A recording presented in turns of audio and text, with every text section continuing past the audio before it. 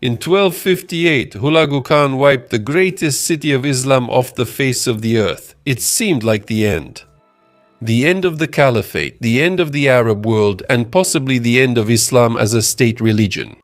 But history has a way of springing surprises. Just 50 years later, their grandchildren were already praying in the very mosques their grandfathers had tried to burn. But how did this happen? Why did the conquerors who came to destroy 2 generations later build mosques and fund observatories?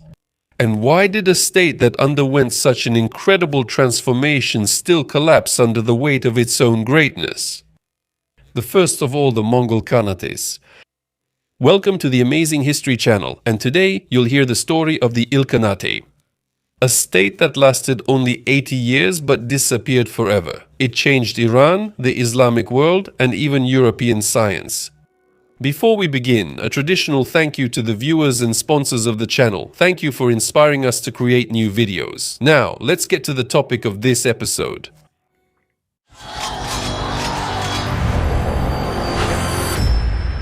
By the year 1250, the Mongol Empire was the largest land empire in human history. It stretched from the Pacific Ocean all the way to Poland. But with an empire of such size, it was impossible to govern from a single center. That's why the great Khan in Karakorum distributed huge regions to his relatives. They became rulers of Ulus, formally subordinate to the center, but independent in practice. In 1251, the great Khan Munka made a decision to finally complete the conquest of the region and finish the mission started by his grandfather. For this grand campaign, 1/5 of the entire Mongol army was allocated. The command was entrusted to the Khan's younger brother, Hulagu. Hulagu prepared thoroughly for the campaign. He led not only thousands of horsemen, but also many Chinese engineers and scholars. Their knowledge in siege technology and gunpowder was meant to crush any resistance. They faced 2 specific tasks: to destroy the impregnable fortresses of the Ismailis, the Assassins, and to put an end to the Baghdad Caliphate. The first target was the Assassins, whose eagles' nests in the El Elbrus Mountains had been considered invulnerable for centuries. Their main citadel, Alamut, was a symbol of fanatical resistance that neither the Persian sultans nor the Seljuks could break. However, the Mongol siege machine worked with terrifying efficiency. In 1256, after a short siege, the fortresses of Meymun Diz and Alamut fell. The destruction of the Assassins eliminated a serious internal threat and opened the way to the main objective of the campaign, Baghdad. The Baghdadi Caliph al-Mustasim was a man of weak character, who sincerely believed that his status as the spiritual leader of the Islamic world made him untouchable. He relied on cunning and believed that the Mongol threat would dissipate on its own, as it had happened before. When Hulagu sent an official warning demanding that the gates be opened, the Caliph responded with an arrogant refusal. He reminded the Khan that from east to west, all Muslims are servants of his court and can unite at his command. But al-Mustasim was gravely mistaken. The sultans of Syria and Egypt, paralyzed by terror, did not lift a finger to save Baghdad. In November 1257, the decisive movement of the Mongol troops began. The army surrounded Baghdad from 2 sides, squeezing the city in a vice. On February 10, 1258, realizing the hopelessness of his situation, the Caliph was forced to surrender. What followed became one of the darkest chapters in the history of the Middle East. The Mongols ordered the population to leave the city unarmed, after which people were executed in large groups. The great city, the cultural center of the Islamic world, was set on fire. Even the holy mosque and the ancient tombs of the caliphs burned. The fate of al-Mustasim himself was tragic and symbolic. According to Mongol custom, which forbade royal blood from being spilled on the ground, the caliph was sewn into a felt sack and thrown under the hooves of horses. The only islands of salvation in this chaos were the churches. Hulagu's senior wife, the Christian Dakuz Khatun, personally stood up for her fellow believers. At her request, the Mongols spared the lives and property of the Christians who had taken refuge in the churches on the advice of their patriarch. After the capture of Baghdad, Hulagu proclaimed himself Ilkhan, which roughly translates as ruler of peoples, laying the foundation for a new state that arose from the ashes of the destroyed caliphate. Hulagu moved further west. Aleppo and Damascus fell. It seemed that nothing could stop this army.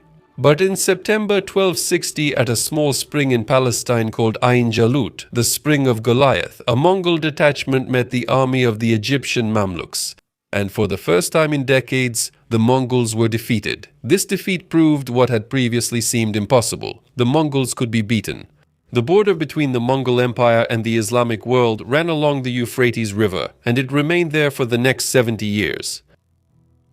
Ilkhanate, Ilkhanate, Ilkhanate. Throughout almost its entire short history, the Ilkhanate wanted to conquer Egypt. That was where the remnants of the Abbasid Caliphate had taken refuge. It was from there that the defeat at Ain Jalut came.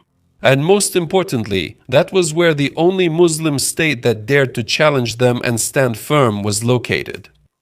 For the Ilkhans, the campaign against Egypt was both a matter of honor, a strategic necessity, and an unsettled score. But time and again, whenever the Ilkhans prepared for a major campaign to the west, something went wrong. And that something almost always came not from the west but from the north and east. Hulagu's main headache was his relatives. His worst enemy became his cousin Berk, the ruler of the Golden Horde. There were many reasons for their hatred. From the death of the Yokid prince during Hulagu's campaign, to Berk's conversion to Islam and his rage over the destruction of Baghdad. The war for the rich pastures of Azerbaijan and control over the Caucasus became a black hole for the Ilkhans, consuming their best resources and elite army units. This internal Mongol feud proved to be a salvation for the Islamic world. Every time the Ilkhans were ready to deliver a decisive blow to Egypt, attacks from behind by the Golden Horde or the Chagatai Ulus forced them to turn their tumens to the north and east. The Ilkhanate found itself caught in a vise between the Mamluks, the Jochids, and the Chagataids, forced to defend its stretched borders on three fronts at the same time. After the death of Hulagu in 1265, his successor Abaka Khan found that the conquered territory required a different approach than simply collecting tribute. Gradually, the administrative and capital functions shifted to Tabriz, which became the intellectual and commercial heart of the Ilkhanate. Abaka, like his father, remained faithful to Buddhism, but his foreign policy was aimed at seeking a vital alliance with the Christian West against the Mamluks. His marriage to Maria, the daughter of the Byzantine Emperor Michael VIII at Palaiologos, became a symbol of this attempt to integrate into the complex geopolitics of the region through dynastic ties. However, it was at this time that the cultural trap began to close. The Mongols realized that it was impossible to govern a sedentary agrarian empire using the methods of a steppe confederation. They needed complex tax registers, irrigation systems, and crop accounting, which could be provided by experienced Persian officials. The Persian bureaucratic machine began to return to power. After all, the empire simply could not function without the people who supported the local economy. Under Abaka and his successors, the Mongol court became a place of peculiar religious synthesis. Buddhist monks, Christian Nestorians, and Jewish advisors flourished here, while the Muslim majority of the population was often discriminated against. This was a deliberate choice by the elite. The Mongols demonstrated that they stood above local religious conflicts, relying firmly on loyal minorities. But such a policy only deepened popular hatred and created internal division, which would become fatal for the state in the future. This contradiction made itself felt in 1282 when, after the death of Abaka, his brother Teguder took power. He was the son of a Christian woman, baptized in his youth, and yet he took power as a Muslim. Teguder took the name Ahmad and declared the Islamization of the state. Just a few months later, he sent a peace delegation to the Mamluks for the first time in 20 years of war. But this enraged the Mongol military elite. Buddhists, Nestorians, the old Noyons, all those used to the previous order, saw this as a betrayal. They rallied around Teguder's nephew, Argun. War began. Teguder initially gained the upper hand. Argun was defeated and surrendered, but a conspiracy among the commanders changed the outcome. In August 1284, Teguder was executed and Argun became the Ilkhan. The first attempt at Islamization failed. Argun immediately reversed everything. Christians and Jews once again occupied key positions. His main advisor and de facto ruler was the Jewish physician Saad ud-Dawla. a smart, energetic man who, by all appearances, was sincerely devoted to the interests of the state. He curbed the arbitrariness of Mongol officials, reformed the tax system, and supported scholars and writers. The Muslim nobility hated him. So did the Mongol commanders. But the reason was that he prevented them from plundering the population as they were used to. In the end, both camps agreed on one thing: Sa'd-ud-Dawla had to die. When Arghun fell seriously ill in 1291, he was executed. Before the Khan could protect him, Arghun died soon after that. A series of short reigns, palace coups, and new deaths followed. The Ilkhanate was entering a period of instability that could destroy it. The turning point came in 1295 when 24-year-old Ghazan became the Ilkhan. He grew up in Iran, had never seen the Mongolian steppes, and spoke Persian better than his native language. A month before ascending the throne, Ghazan converted to Islam under the influence of Emir Nauruz, a powerful military commander and devout Muslim, who convinced the prince that only the new faith would give him support from the Persian population. Thus, he became Mahmud Ghazan, combining in himself the Mongol Khan and the Muslim Padishah. The adoption of Islam gave the Ilkhans access to the support of the Muslim aristocracy and the wealthiest trade networks. But Ghazan understood that faith alone was not enough. The state needed a complete economic reboot. Together with his vizier, the outstanding scholar and historian Rashid ad-Din, he began reforms that effectively destroyed the old Mongol system of governance. He introduced a unified monetary system, based on the silver dinar. Instead of Mongol inscriptions, the Muslim shahada was now minted on it. Weights and measures throughout the country were standardized using Tabriz as the model. This instantly made trade between regions easier. One of Ghazan's boldest measures was the reform of the army. He tried to eliminate the system where commanders collected taxes from peasants themselves, turning the country into a mosaic of local tyrannies. Ghazan replaced this arbitrariness with a fixed state salary from the treasury. Now the warriors were not independent marauders, but mercenaries of the central authority.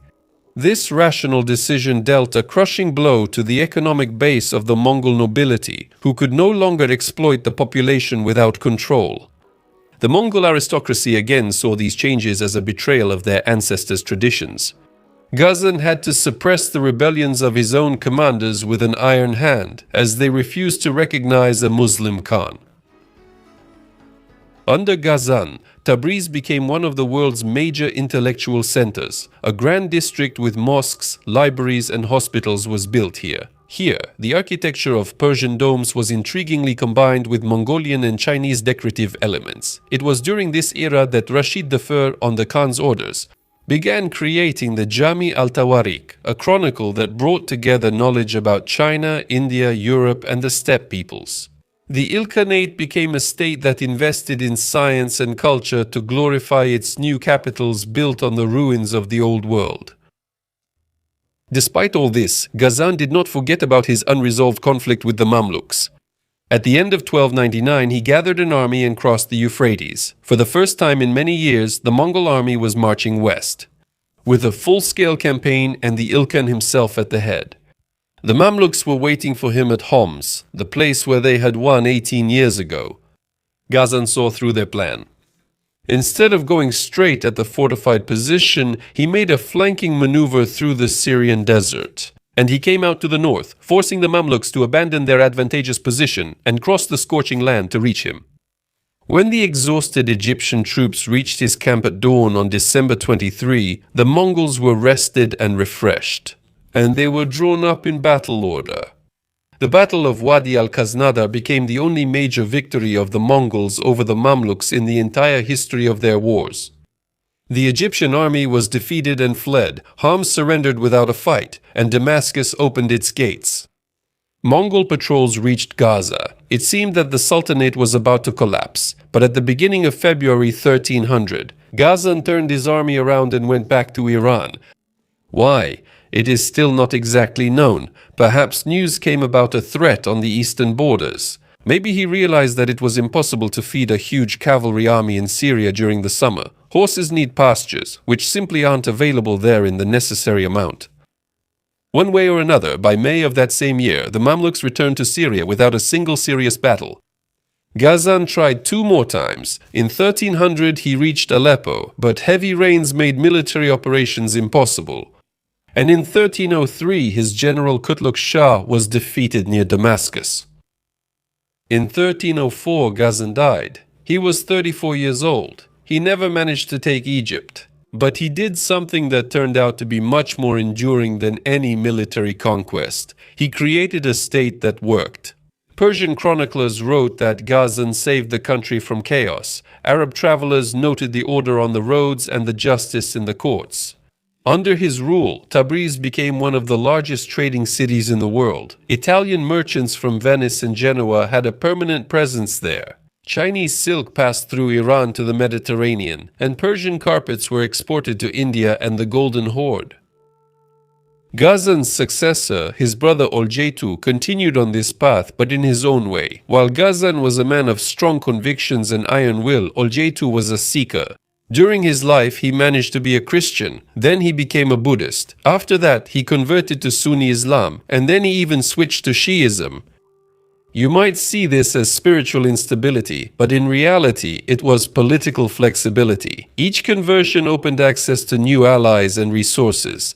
Converting to Shiism brought him closer to influential Shiite families in Iraq and Azerbaijan, and it gave him a religious argument against the Sunni Mamluks in Egypt. Olcaytu built a new capital, Sultaniya, 200 kilometers northwest of Tabriz. In the center of the city, he erected his own mausoleum. A building with a dome 50 meters high covered with blue tiles. It still stands to this day. Think about what that meant. Mongol Khans always traditionally buried their rulers secretly in unmarked graves in the steppe, so that enemies could not desecrate their remains. Olcaytu built a monument that was meant to stand for 1,000 years. Olcaytu died in 1300. He was 36 years old. His successor was the 12-year-old Abu Said, who ascended the throne under the regency of a powerful emir named Chaban. Chaban was a man of the old school, loyal to the Hulaguids dynasty. He was a smart politician and a talented military commander. For 10 years he effectively ruled the Ilkhanate on behalf of the young Khan.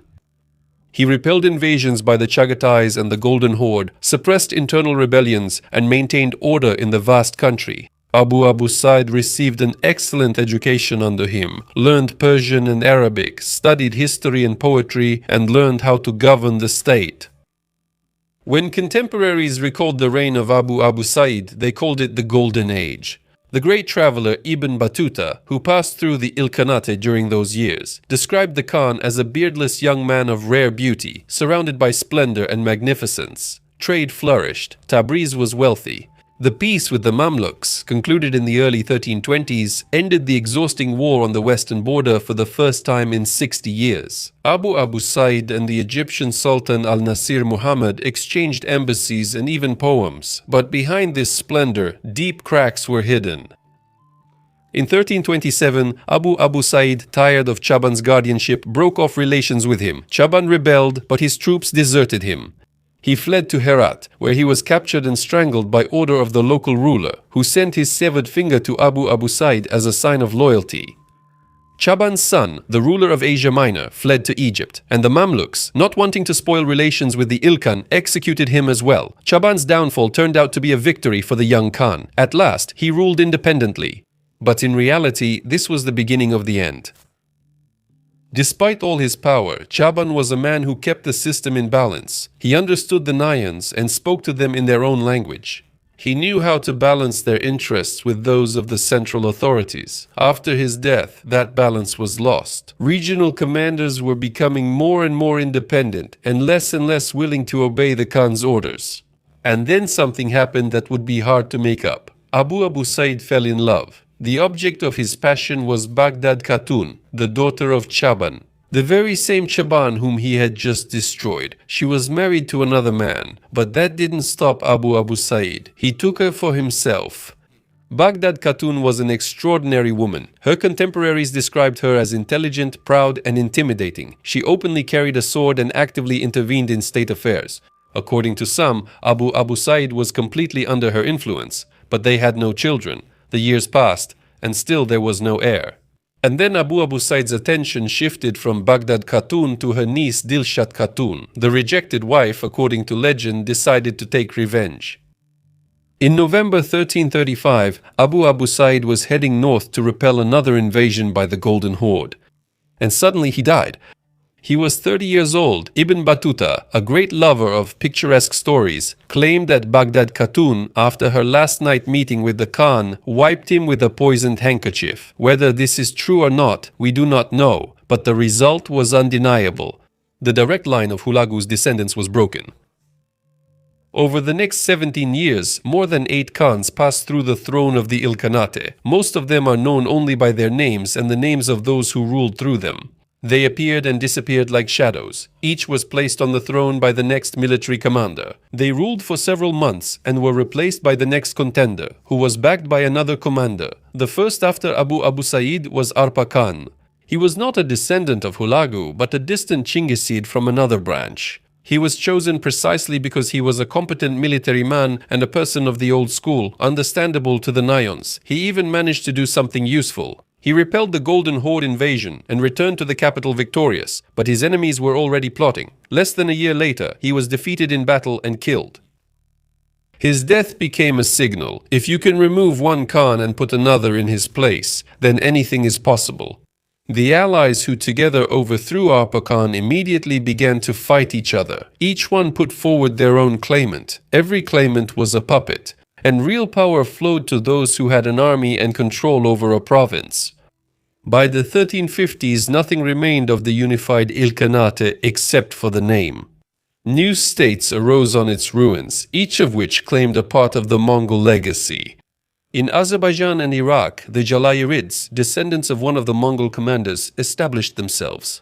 In Fars and Isfahan, the Muzaffarids, a dynasty of mixed Mongol and Iranian origin. In Khorasan, power was divided between the Kurds, an Afghan Sunni dynasty, and the Sarbadars, Persian Shia rebels, whose name literally meant those who are hanged. In western Iran, the Turkic nomadic tribes of the Karakoyunlu and their future rivals, the Akkoyunlu, were rising. All these new states had one thing in common. They ruled according to Persian political models, used the Persian language as the language of administration and culture, and practiced Islam. The Ilkhanate lasted for 80 years. That's not much even by medieval standards, but ask yourself, what remains of it? The Mongolian language disappeared, the Mongolian religion and identity vanished, and only an observatory in Moraga remains. There are illustrated manuscripts left, which combine Chinese painting with Persian poetry. There are trade routes left, along which silk traveled from China to Venice. Tabriz remains, the city that became the first capital of Safavid Iran 200 years later. The Mongols wanted to create an empire, but they created a civilization, just not their own. The Persians won the long war of cultures, and that's a lesson not just for the Middle Ages. Well, that's all from me. Thank you for watching, and I'll see you in the next episode. Goodbye, everyone. Пока.